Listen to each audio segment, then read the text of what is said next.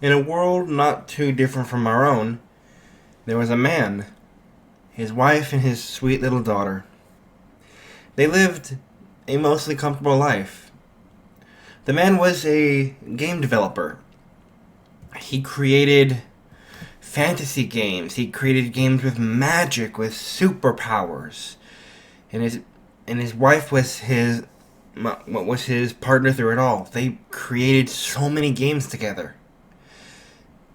And the man had friends. All of his friends, they also joined him in this venture to create video games that were well thought out, had good stories, had good narratives, things that would draw people in.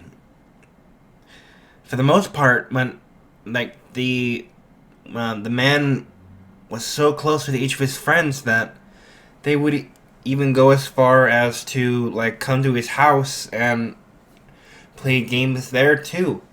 And sometimes his daughter would come out and she'd play the dragon or the little princess that needed to be rescued during their D&D games. They were all so close. They were thick as thieves, and the man dearly loved his daughter with all of his heart. She was his pride and joy.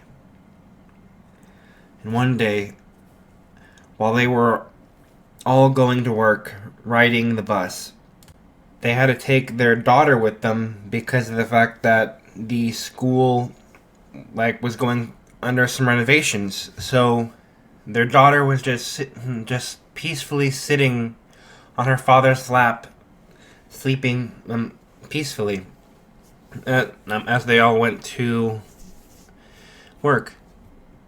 And then the next thing he knows, the bus is shaking around, and when he he grips to his daughter real tight, and he's reaching for his wife, and outside the window, as across from him, he sees a train coming. The train hits the bus with a great force and sends them all flying to outside. The man, he's having a hard time seeing. He's having a hard time breathing. He's not sure what's going on, but when he opens his eyes, the bus, it's destroyed. And all he can see in front of him is his mangled wife, and in his arms lies his dead daughter. When he tries to sit up, he feels as if his ribs are stabbing into him. And he can't feel his legs, but from what he could see when he sat up, the train had completely severed his legs in the impact. The man laid there dying. He thought to himself, "Is this really how we die? How cruel a fate is this? I was forced to watch my wife and daughter die. It hurts. Why does it hurt?" Acquisition of pain nullification acquired. I feel so cold. Cold resistance acquired. Why is there so much pain?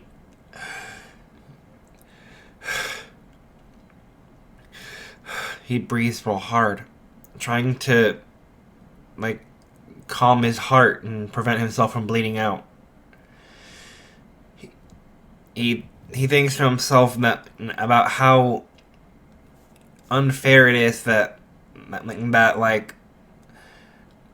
how dumb it is that he has to calm his heart in order to prevent himself from bleeding out.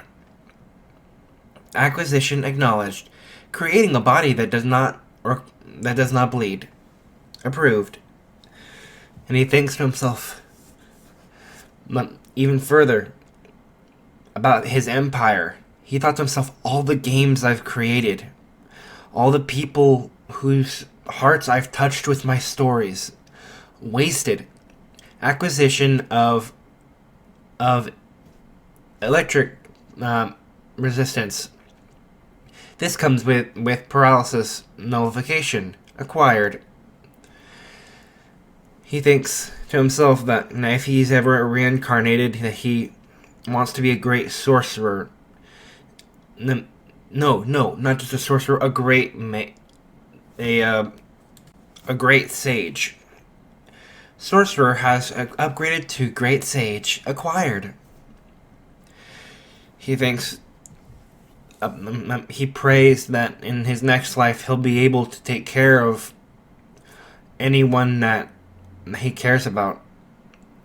That he'll use his powers to help those who like who need it. Magic ability enhanced, acquired. He thinks to himself how not only would he love to be a sage, but that he'd love to rule. The ruler skill has been acquired.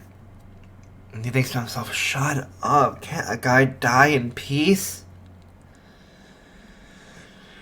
And as everything starts to fade away, he thinks, no, I'm hot. Heat resistance has been acquired, with cold resistance has both evolved into temperature regulation. Izuku starts to fade into darkness. Or man starts to fade into darkness. The next thing he knows, he wakes up and he thinks to himself, wait, didn't I die? He ponders over why it is that his body feels so weird, though. And he's like, I can't feel my hands. I can't feel my legs. What's going on? And then he starts to roll around. He's like, well, I can move, obviously. And then he runs into a plant, and he's like, and he feels it dissolve inside of his body. He's like, whoa, what the heck? How did I do this? Why is it that I've disintegrated a plant? Wait a minute. Going through all the knowledge that he has as a game developer and, let's just say, D&D nerd, he's like, oh, come on! I asked to be reincarnated, and the thing I'm reincarnated as is a slime? Are you kidding me? That's lame! And, he goes around and he's, slowly eating these plants, right? Because he's bored. He's like, I don't know how long I've been in here. Due in part that time is not a construct in a cave, but as far as I can tell, I've probably been in here for a way long time. Though on the other hand, it can't be that bad. I mean, I can't really taste, but these plants are doing something for me at least. And then he thinks to himself, I wonder what these are. And a voice comes out and tells him that they are hypocrite herbs. He's like, what the? Where'd that voice come from? And the voice says that they're great sage. That they basically act as his informant, right? Over the knowledge of all of the world. Right? And oh shoot. I forgot to add Predator.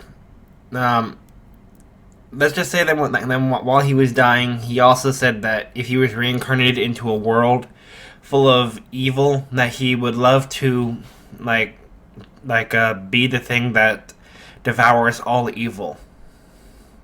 That's how he got the Predator skill. Okay. But I was saying, he's like, this is strange. Having a voice in my head to tell me anything I want to hear. Intriguing. I'll say that at least. But he starts eating rolling around, eating all these hypocrite plants, and he learns about magic in the world, and he ends up finding a big rock, and as he's trying to eat it, Great Sage tells him that it's long and short of it, like, all of this stuff is, like, made of magicules, right? Like, the ore was made of magicules, the plants are made of magicules, and Izuku's just thinking to himself, what are these... What's causing all these things, these, like, magicule-rich things to, like, come about, right? You know, as he's rolling about, he falls in the water, and he goes, oh, great, I'm in the water now. Oh, great, I'm in the water, and I'm a slime. And then he goes, ooh, idea. He sucks in a bunch of water and shoots himself out. Water pressurization skill that has been acquired. And then he hits a wall, leading him to meet Veldora. You know, go through that whole speech about, like, how they're going to be friends. And I'm going to say that Izuku is a green slime. So after giving Veldora the last name Tempest, Veldora says Izuku Tempest. And, you know, that whole thing happens where he gets all that crazy power. And, you know, I'm going to say that, like, instead of it being the Guildmaster, like, it's going to be Nezu and, like, Aizawa who are talking about this stuff, right? It's like, Aizawa, I believe that that you have also heard of Veldora's disappearance, have you not? And he's like, yeah, I have. Me and a couple of the teachers here are thinking we're gonna send a couple of our third years to check it out. Hopefully find something. Good idea. Do be careful though. We don't know what could have taken out Veldora after 300 years. You know, and from there Aizawa leaves to go collect the third years he's gonna send there, right? Now, during this point, Izuku, like, he obviously learned, you know, about the like how to see the magicules in the air and, like, perceive his surroundings, right? So Izuku, he's just going around everywhere he can, like eating up all of the Hippocte herbs and the magicite ore, or I think it's magicite ore, and you know, he's eating all of this stuff, and like, he's bouncing up one of the cliff faces, and he finds himself a black serpent, and he's like, I hate snakes, I hate snakes, I hate snakes, ew, gross, you're nasty. And, like, he proceeds to like, use, like his water pressure skill to create a water blade, and, like, completely, you know, like, cut the thing's head off. He's like, oof. Wait, if I use my predator skill, then I should be able to gain this thing's powers, right? He eats it, and he obviously, he's like, oh, gross, freaking kill me, oh god, this thing's nasty, kill me, I can't taste, but ew, I hate snakes, I hate snakes, I hate snakes, But, like, you know, like he does the same thing as Rimuru in the anime, where he, like, makes a whole deal out of it, like, about the whole idea of eating a snake, and, you know, like he basically does all of these setup to actually, you know, like, get out of the cave, but, like, it takes a lot longer than it does in the anime for them to actually get to the cave. So he's basically picked that place clean. Like, I'm not even going to to play right now. I'm being completely serious. Like, he has killed every monster. He has picked every flower. He has taken every ore. That place has been stripped clean of any resource ever. At this point, it's just an empty cave that has nothing in it, and Izuku is carrying it all in his slime tummy, along with Veldora. But, like, you know, he got all of those, like, bodies, or not bodies, those forms. Like, he got stinking the armor, he got the snake, he got the spider, which, mind you, he cut the hell out of the spider because he hates spiders more than he hates snakes. And he's just swinging around. And he thinks to himself, "Man, is this how Spider-Man felt? Man, this is so cool." But like at one point he finally finds the door after like God knows how long, and like he hears someone messing with the door, so he quickly uses the silk string to pull himself up above the door and hang off the ceiling, and he's just like ninja stealth, and he watches as people kind of come in, and I'm gonna say with like how long Izuku has been in there, like it's been a very long time. So there's none of this. How do I phrase this? Like a couple of weeks. No. Like he's been in there for a way long time, and I mean, as to kind of give most of the other characters like a couple of years to grow, or a lot of time to grow, since like most of them, aside from him, are gonna like need to start out small and grow up a bit. So he's been, and I'm gonna say that the cave, it was like a lot bigger than it was in the anime. So yeah, he's got even more resources than Rimuru did in the anime. But he sees these students like coming through the door, and he's like, humans? How can I understand them? And then like Great Sage like explains that like it's because of like his magic sense or whatever, like giving him the power to like translate any language into like into something he can understand because of how it's expressed, or like the intention when spoken, right? And he finally leaves the cave, and he is just like so excited. He's like, I'm finally free of that empty hellhole. Yay. And after like kind of like cleaning that entire thing out, he's like, I am so glad that Veldora's magic that like was leaking out, because I wouldn't have had all these sweet goodies in my slime tummy otherwise. But he's just slinking around, like trying to explore this forest, and he's trying to learn everything he can from like Great Sage. He's trying to learn about the world, right? Because whenever he was talking to Veldora, he asked a lot of questions, right? And like aside from Veldora, like he's trying to take what he learned from Veldora and like go based off of that with Great Sage and see if there's more information to be had. Because Veldora explained to him that a long time ago, humans had relied on magic powers, but as of lately, not many humans actually know how to use a lot of magic skills, right? Like, for example, like through evolution or whatever you want to call it, like Izuku learned from Veldora that humans have evolved to have special, unique abilities called quirks, right? That give them these crazy powers that actually don't require any kind of magical ability at all.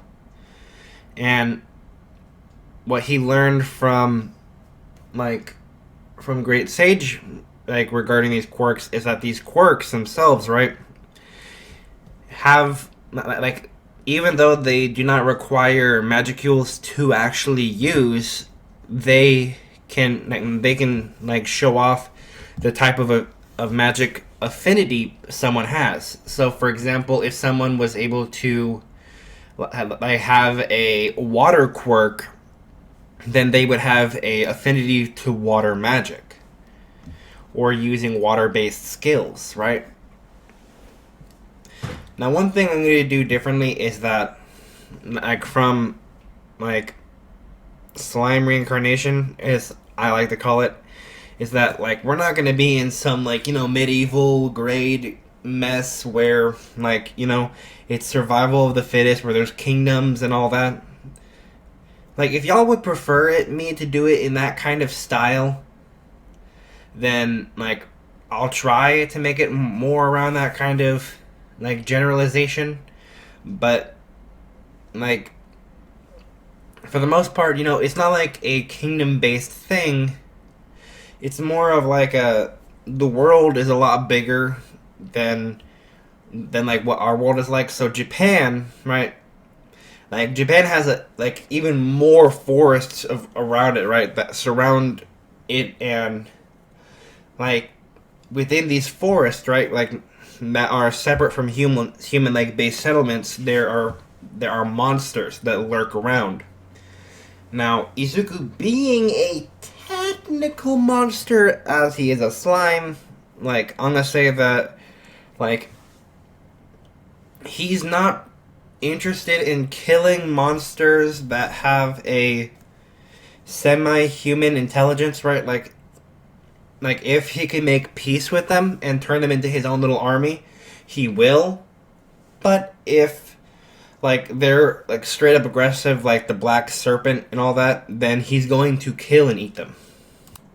Though the one thing that Izuku has plans to do now is to, like, develop his powers and get himself, like, in a position whereas he can, like tackle whatever challenges comes his way from the world, right? Because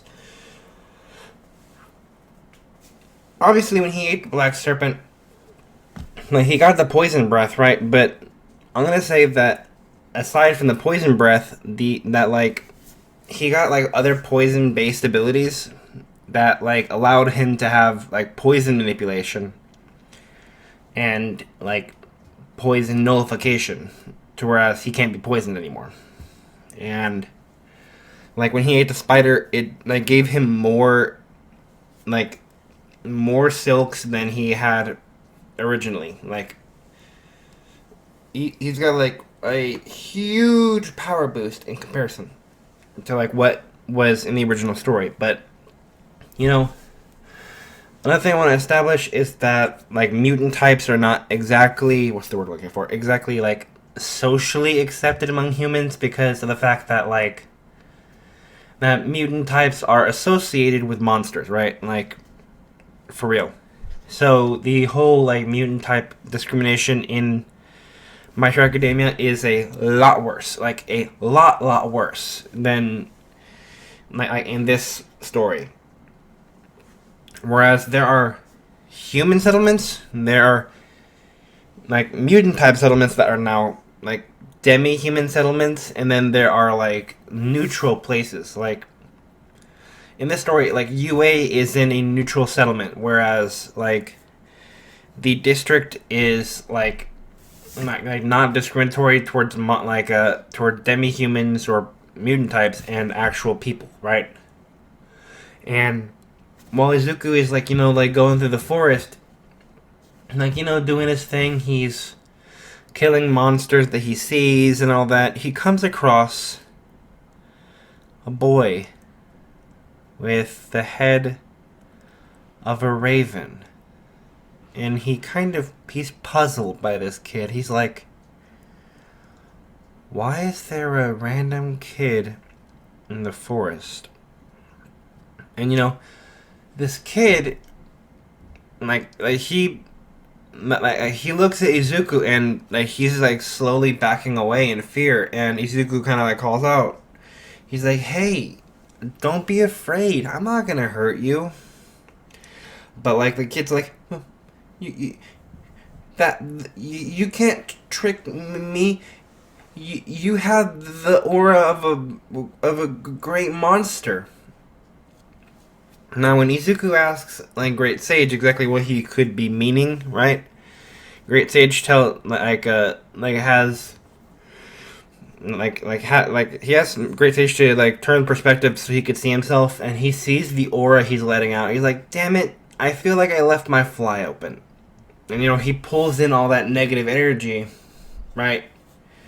And the kid kind of, like, he relaxes a bit, but he's still wary of Izuku because of seeing the aura. But Izuku assures him that he's not gonna hurt him, that he just wants to help. Not like and he asks the kid, what are you doing so far away from, like, in this forest? Where are your parents? The boy tells him his parents abandoned him because of the fact that he's not human. And he asks the boy, how old is he? And the boy told him that he's 13. Izuku is appalled. He is disgusted. He's like, what kind of parents would abandon their 13-year-old kid?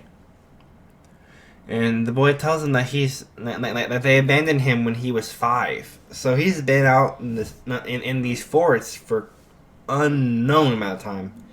And Izuku is like surprised. He's like, how is it that this kid survived so long?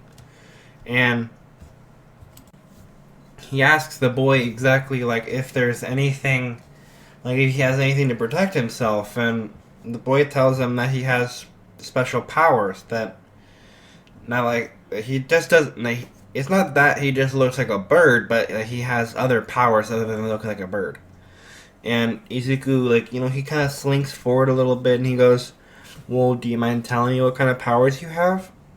And the boy is kind of freaked out. He's like, I don't know. I don't want to hurt you by accident. Because they're under some, what's that called? The, tree line, so all the leaves are casting a big kind of shadow over them. So, if he was to let Dark Shadow out, it would be kind of destructive, you feel me? But Izuku assures him that he has nothing to worry about, that he's not going to hurt him, and that he trusts him. So Tokoyami, and yes, it was Tokoyami if that wasn't already obvious, but Tokoyami, he pulls out Dark Shadow. Or he calls for Dark Shadow, and a teeny tiny itty bitty little birdie kind of pops over his shoulder and says, what's the matter, Fumi? Is there another monster around? And Izuku's like, oh my gosh, it's so cute! That's adorable! And Tokoyami, he becomes very bashful. He's like, you really think so? And Izuku's like, yes, it's adorable. I forgot to tell you, my name is Izuku, Tempest. What's yours? And Tokoyami kind of goes, I don't have a last name. I only know that my name is Fumikage. And Izuku goes, well, how about I give you a last name? How about Fumikage Tokoyami? And the glowing light kind of shimmers around Tokoyami, covering him in all this energy, and he's like, whoa, what was that? And Izuku's like, huh, it appears I've named you unintentionally. How about that just giving you a name would just make you feel better?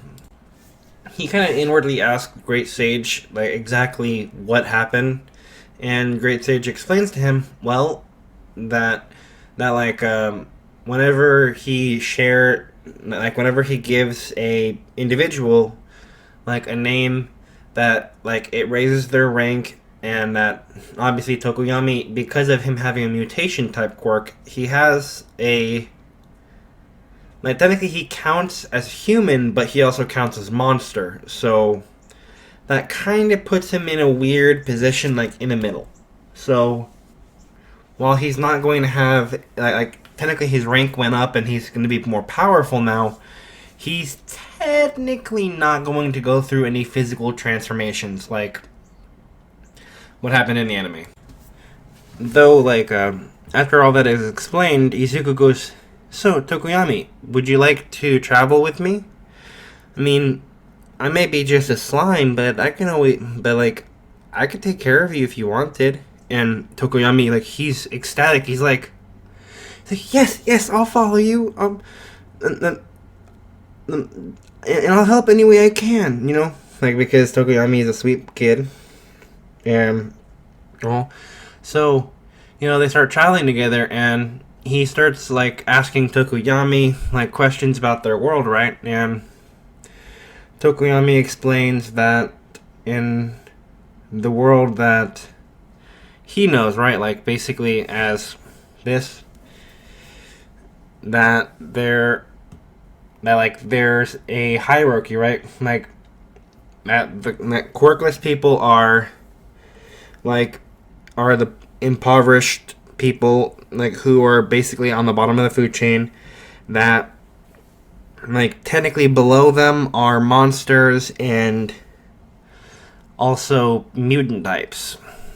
So at least, like, the quirkless get more respect than a mutant type, but, like, also on the other hand, now, like, there are certain aesthetics that, like, put into play, right? Like, how there's the pro hero Hawks, who, even though technically he has big bird-like wings, he's mostly human. Like, the only parts of him that are not are just the wings. That's it.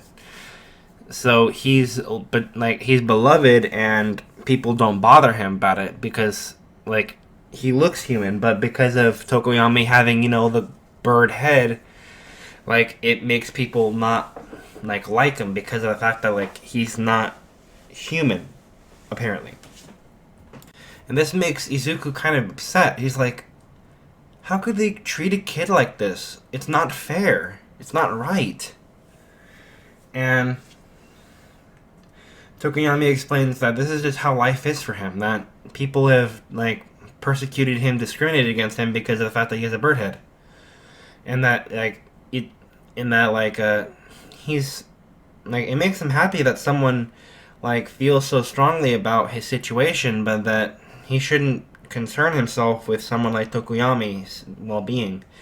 That it doesn't matter. And Izuku assures him it does matter, that this is not right, that they shouldn't be treating you like this just because you look different. And that makes Tokoyami smile because no one has really ever told him something like that before. And, like, as they're walking, like, Izuku notices that there's, like, there's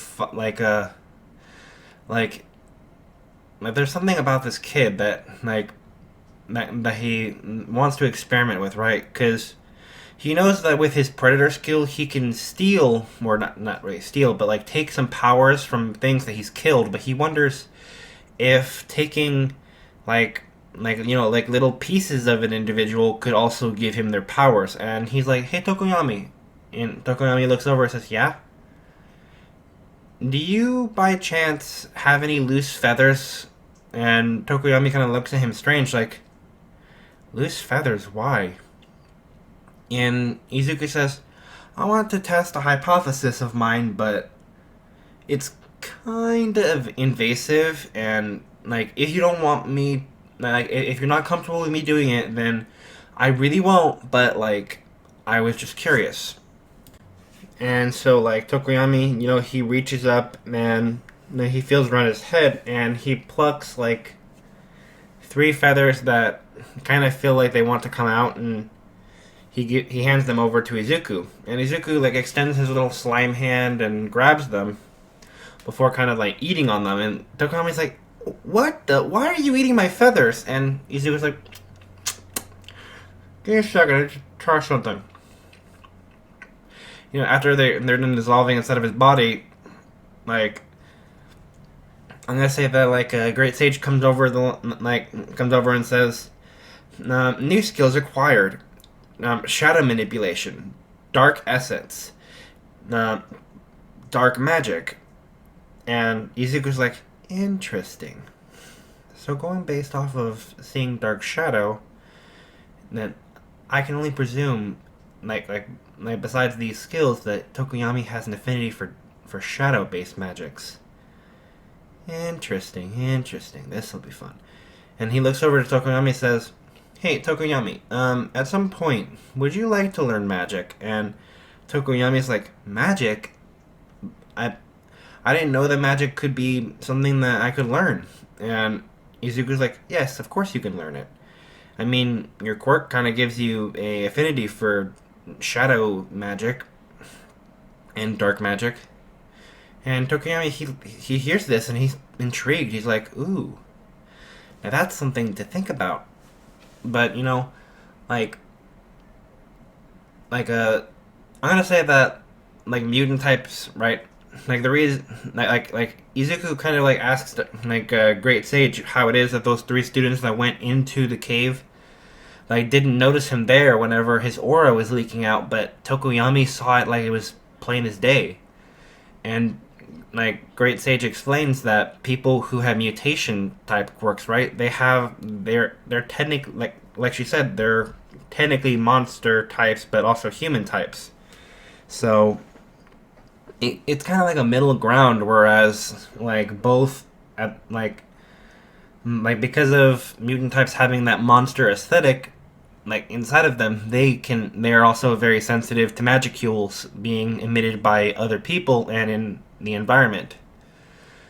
Also, people with mutation type quirks are also very like a lot more adept at using magic like than an actual normal person.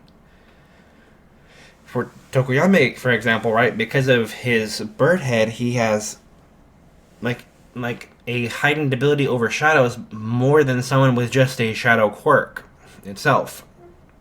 And this makes Izuku think further, and he's like, so the boy has more potential because he has a mutation type quirk. Now that's interesting. Izuku, like, because of him being a game developer, right? Like, in his past life, he kind of speculates a bit here and there and becomes very attuned to the fact that maybe the reason that the humans, or more precisely, like, the people with non-mutation type quirks are more afraid of mutant types is because of the fact that they have a better magical potential than them. And you know that people don't like what they can't explain. So Izuku and Tokoyami, they're walking around and like Izuku, he hears like a weird sound, and he's having a hard time explaining it, but like he's not sure whether to call it like something is like following them or like if or if it's something else, right? But he looks around and like he sees something ducked behind a tree, and he tells Tokoyami, "Hey, Tokoyami, stay here for a second. I'm going to do something, but I like I promise you, I'm not like it may be scary, but you are completely safe. I think that there's a monster following us, and I would rather you not get hurt." Tokoyami kind of like, he nods his head in understanding, and Izuku goes ahead and like he mimics Black Serpent, and he starts to slither around the ground as fast as he can, like moving from like slithering up a tree, like scoop like going from branches to branches, like stealth style, because of Black Serpent being very like lanky and long, and he's making quick movements, so like there's no telling where he starts and ends. So like while he's going around, he sees that there's a big group of dire wolves, right? And there's that was stalking them a while ago. And Izuku, he like because of the magic sense and the intention translation thing, he can hear what the dire wolves are saying, and like he can hear like the alpha saying, "Soon enough, my brethren, we will have our prey. Just a little longer. Just a little longer." And Izuku, having the like tact to not want anything to happen to like Tokoyami, right?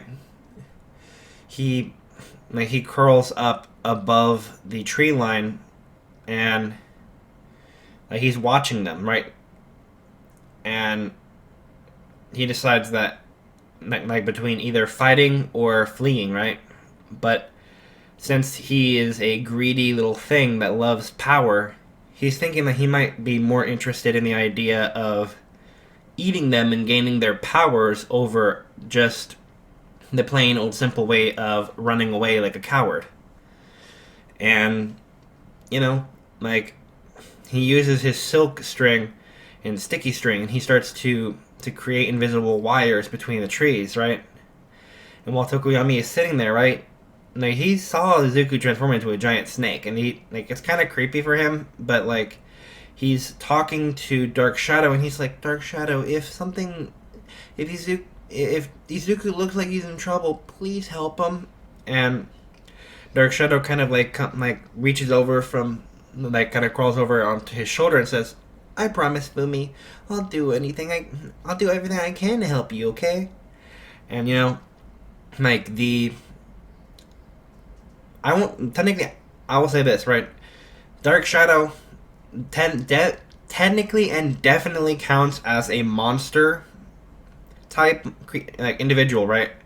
So the name the name enhancement rank up thing that he gave Tokoyami, it won't affect Tokoyami exactly, but it will affect Dark Shadow greatly. So Tokoyami will have a even more powerful Dark Shadow. But not only that, the name change will also give Tokoyami a better control over Dark Shadow as well, by increasing his affinity for shadow manipulation. Now, Dark Shadow, he's sitting there, right, in his tiny form, waiting for an opportunity to grow and get stronger, right, under the canopy of the trees. That's what it was, canopy. But Izuku, he's watching these direwolves, and they're getting impatient, obviously, and once the alpha tells them, I'm tired of waiting, it's time to charge, he charges in, and these 19 other wolves, they mind you, none of them are Ranga, by the way. I'll make a Ranga later, because I like the idea of having pet wolves, but these are just so that Deku has the powers of them to start off with, and incredible materials to get off their bodies. But they start running into the silk, and it starts getting them all stuck and everything. And Izuku, right? He sees that the alpha is not getting stuck as easily, right? And it's charging directly for Tokoyami. Now the other 19 wolves, they are completely stuck because of the sticky string, and it's keeping them from moving around. And the more they struggle, the more bound up they get. But Izuku, he starts to slither quickly out of the trees and to follow the wolf, right? And in an attempt to try and protect Tokoyami, he uses Water Blade, and he takes off the direwolf's tail, which makes it yelp and flip around, going to strike at Izuku. But as its teeth are about to sink into Izuku, Tokoyami begs Dark Shadow to go out, and Dark Shadow turns into this giant creature, this mass of great shadow that looks even more menacing than the original. And it's you will not hurt our friend. And it grabs the direwolf, and it starts to crush it in its hand. And as the direwolf is trying to to bite and scratch its way out of Dark Shadow's hand, Izuku says, "Let it go! It's defeated!" And Tokoyami lets it go, Dark Shadow lets it go, and the direwolf is on the ground, and its body is mangled a bit. And Izuku's crushed up meat. Doesn't sound like it'll be good, but who am I to pass over a snack, right? And he starts literally eating the alpha, and he looks over to the others and goes, Y'all will make good snacks for the next couple of days. And he literally starts killing direwolves and eating them. Now, every time he eats the direwolves, like, he gets more and more skills, and his skills are being upgraded to higher and higher, like, classes, right? Like, he got the basic stuff off of the, like, alpha, but as he's eating the lower rank ones, right? Like, it's upgrading his, like the alpha's kind of, like magic abilities, and, like, making them stronger, kind of like upgrading a skill, basically. So Menace, like, turns into Killing Intent. And it's, like, way stronger. And, like, Izuku, he kind of, after eating them all, technically, he, like, stores away their meat, like, for later consumption, because his little slime tummy can, like, obviously, like, keep things preserved and all that. And, like, Izuku, he walks or moves over to Tokoyami and Dark Shadow, and Dark Shadow is, like, kind of like in a medium small form, and it's like clasping its hand because it hurt itself. And Izuku walks over and says, "Dark Shadow, are you okay?" And it says, "I'm fine. Fumi asked me to help you, so I did." And Izuku looks at Dark Shadow's hand, and he's like, "Oh, you poor dear. Here, give me a second." And he literally like puts Dark Shadow's, like, hand in his mouth, and he's like, "Ah, don't eat me!" But, like, literally, like Izuku uses the opportunity to just, like, smack a couple of the potions he made from the Hipote herbs on its hand. When he spits its hand out, its hand is, like, completely healed, and he's like, "There you go, Dark Shadow. Now your hand's healed. Okay?" And Izuku is just, like, relieved that Dark Shadow, like, is better now. And Izuku says, "Remember, Dark Shadow, I told you, I'm going to take care of both you and Tokoyami. I promise to not let anything happen to you, and I intend to keep my promise." Tokoyami was grateful to have someone who cared so deeply about him, so he hugged Izuku, like, close to him, and said, "Thank you, Izuku. I don't know why you're so nice. You gave me a name. You made me feel like I could take over the world. I could protect anyone. And you healed Dark Shadow. I don't know how else to explain how awesome you are."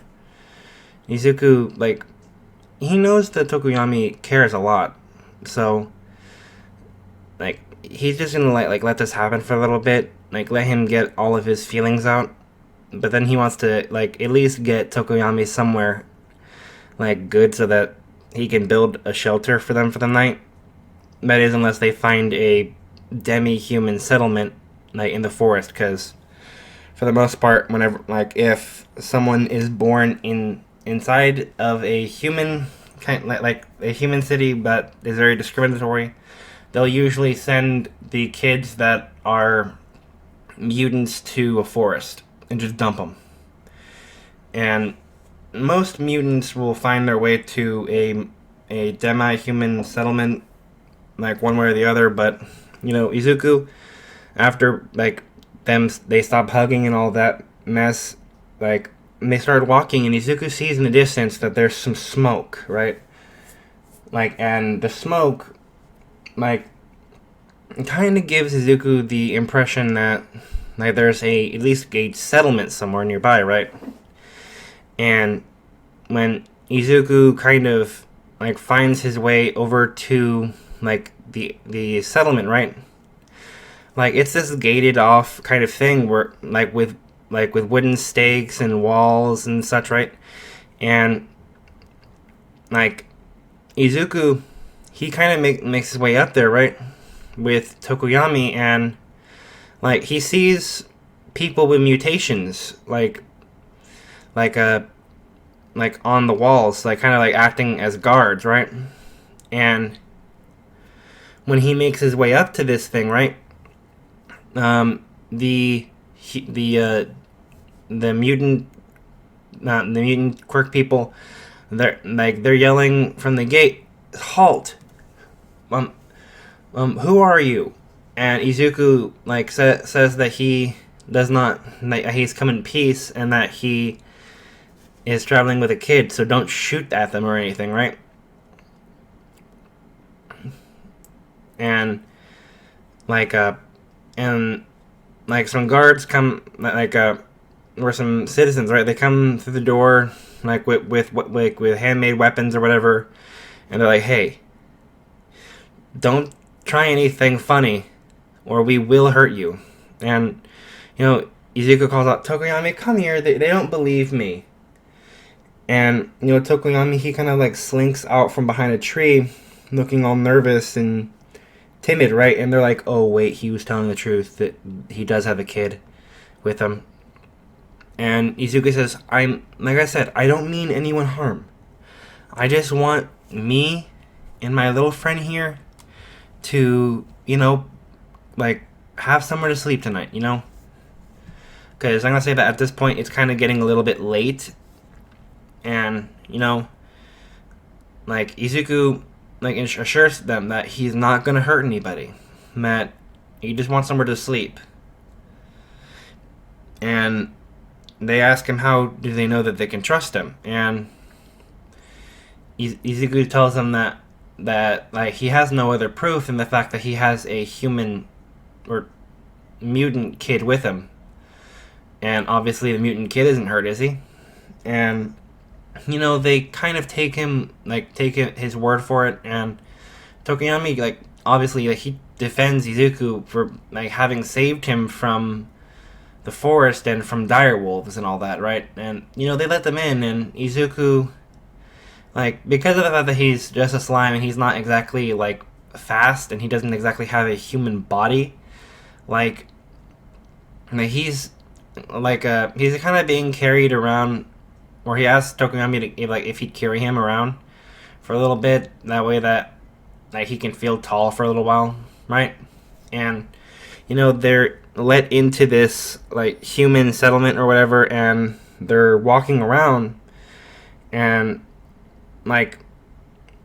they explain to them that they're just kind of on edge right now because of the fact that they've been having problems lately trying to gather resources, gather food, and that because of the disappearance of their protector, that the monsters around the area have become more violent and have made it a lot more difficult to gather food.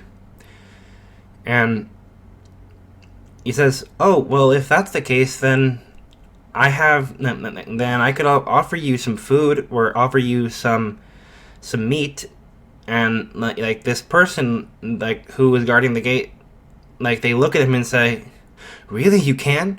He's like, "Of course I can. I killed a bunch of direwolves, as my friend here told you, and I stored them in my slime tummy for safekeeping, well preserved. They're not going to age or get decomposed in his stomach, so yeah." And he tells him, "Wait here, let me go get our elder," right? And I'm going to say that the elder of this settlement, right, is going to probably be, just because he seems like the type of person who would lead a settlement outside of a city for mutant types. I'm gonna go with Surigami, the a police chief, the bloodhound one. I think he's bloodhound. And Surigami, he comes outside and he sees the little bird-headed boy with the slime in his arms, and he's like, "Hello there, I'm Surigami. My associate here has told me that you have you have a way to share food with us." And Izuku explains that stored inside of his slime body, he has dire wolves that like he'd be willing to share with them, like for food, right? And Soragami, he's kind of like unsure about this. He's like, and exactly how do you have like direwolves inside of your body? And like Izuku explains that he has like within his body there's like a storage system where he can store like a multitude of things that like a and he can pull them out like whenever he wants, right? And Surigami is like, okay then, well, like, well then we will graciously accept your offer to like supply us with food.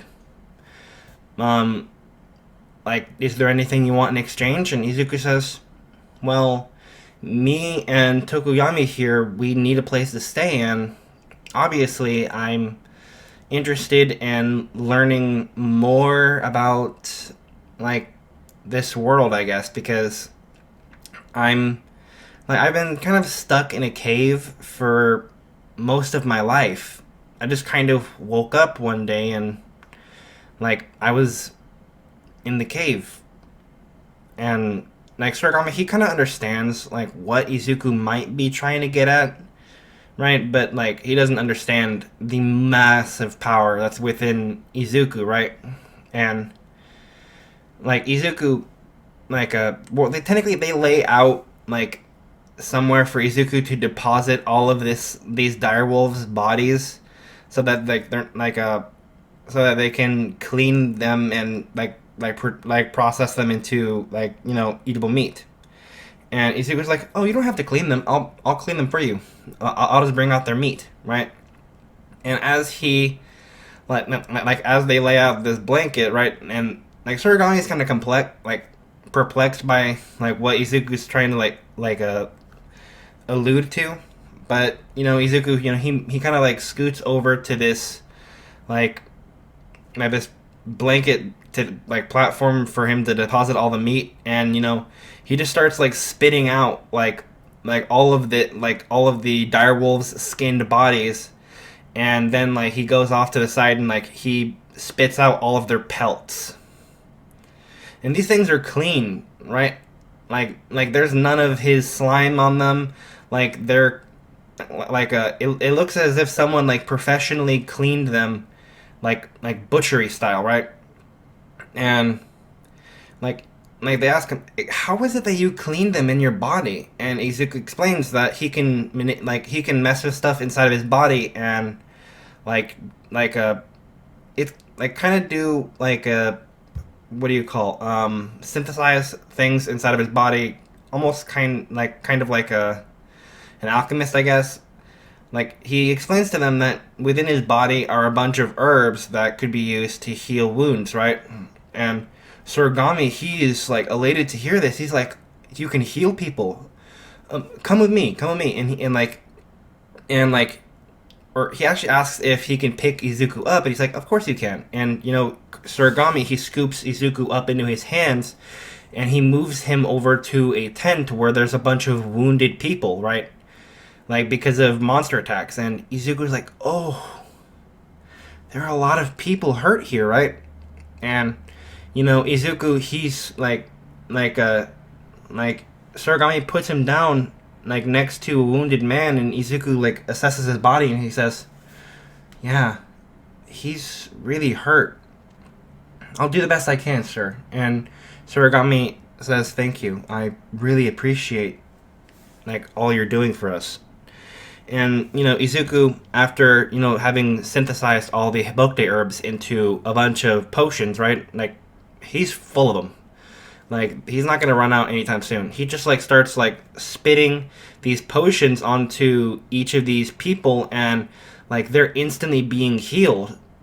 And Surigami, no, I'll say that he does what Rimuru does. Like he eats them, and then like he'll spit them out, like in the same way Izuku does, until Izuku gets the last person who is like incredibly injured, and like Izuku's like, yeah, I can't really move him too much, and I wouldn't want to like accidentally aggravate his wounds by like moving him. So he's like, here, let me try this, and he spits the potion onto this guy, and like it takes a couple of them for it to do its full magic, but the guy, like, he's fully healed, and he's like, well, I learned something new. I can spit out potions now. But Surigami, he's incredibly impressed. He's like, thank you so much. You've done so much to help us. That like, and like he's eternally grateful for what Izuku is doing. And Izuku is getting real bashful and timid, and like he's happy that someone is praising him to such a high degree. And like they offer him and Tokoyami like the ability to stay or come and go as they please whenever they want. Like that they have done more to help them than most, right? And that they're like super appreciative of it. And Izuku like he tells them that it was nothing, that like he was happy to help, and that he is glad to like do what he can to help people, right? And like so they stay the night. Like, and as Izuku is kind of like sitting on this like little platform that they gave him to sleep on with a little pillow on it, he's sitting there, right? And he's thinking to himself, I wonder if my friends and my wife and daughter were reincarnated into this world too. I pray to God that my daughter and my wife, they're not going through the same thing I'm going through. I hope that they didn't get turned into monsters. Or better yet, I hope they didn't get they weren't reborn into this world with a mutant type quirk. It would break my heart if anything were to happen to them.